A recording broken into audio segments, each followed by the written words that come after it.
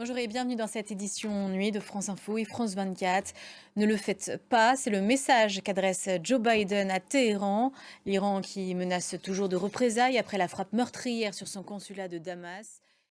Concernant la situation humanitaire à Gaza, le pape François fait part de sa grande souffrance en raison de la guerre. Il s'agissait d'un message adressé à l'occasion de la fin du Ramadan.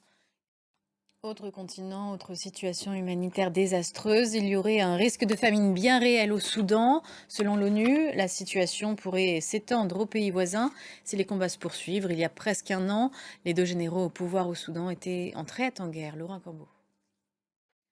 Enquête sur une ingérence russe au sein du Parlement européen ouverte par le parquet fédéral de Belgique. Pékin qui se défend sur des actions jugées légitimes en mer de Chine méridionale. Joe Biden avait été clair un peu plus tôt lors d'un sommet avec le Japon et les Philippines. Les États-Unis porteront bien assistance à Manille si elles étaient attaquées. Et Bogota vit sa pire sécheresse depuis 40 ans. Le gouvernement colombien a pris des mesures fortes comme des coupes d'eau, 9 millions d'habitants de la capitale.